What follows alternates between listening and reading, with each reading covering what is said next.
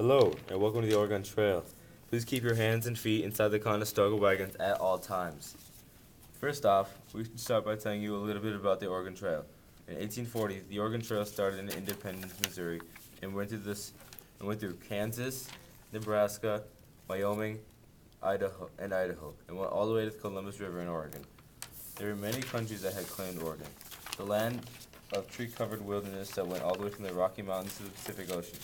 North of Oregon was Alaska, that belonged to Russia at the time. South of Oregon bordered by Spanish California and New Mexico. There were four nations trying to claim Oregon: Russia, Spain, Great Britain, and the United States.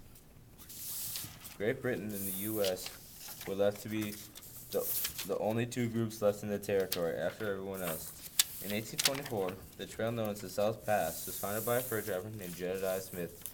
He discovered a better place to take, which made it a lot easier to get to Oregon. The first settlers to have traveled through the South Pass were the missionaries. The whole trip took about 6 months and cost us about $600 per family, which was a lot of money back then. The groups of people that went to the Oregon had a very hard life. The women had to do all the jobs that they would have done back home. They had to cook, clean, and take care of the children, and so many more things. There were many jobs for the women to do, but the men had to make sure everyone was safe. On the trip, there was a limited amount of food, which was minimal. Some of the people that were in the group had to find their own food because it was very scarce.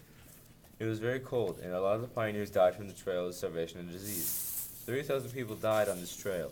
It even got so bad that those that were left had to eat their friends' bodies to survive. They all had many problems and deaths on the trail, most which were caused by disease like dysentery. A few of the families that had a hard life were Marcus and Narcissa Whitman, and Henry and Eliza Spaulding. The really young children had to be in the Conestoga wagons because they didn't know how to walk yet. Everyone else had to walk because of the Conestoga wagons that carried all the food and important things to survive. Another big topic on the trail were the mountain men or trappers. Mountain men usually lived hard and died young. Mountain men were some of the first people to blaze a trail to Oregon country. Hugh Glass was one of these men. Glass was as tough as hard dried mud. While on the trail, a bear mauled him, throwing trunks with him to her baby cubs. Roar! Back in the East, people had heard rumors of Oregon country and about how the trees were tall and the soil was good, and the most ludicrous idea of all, pigs ran around cooked with forks and knives sticking out of them. This only egged more people to move on west.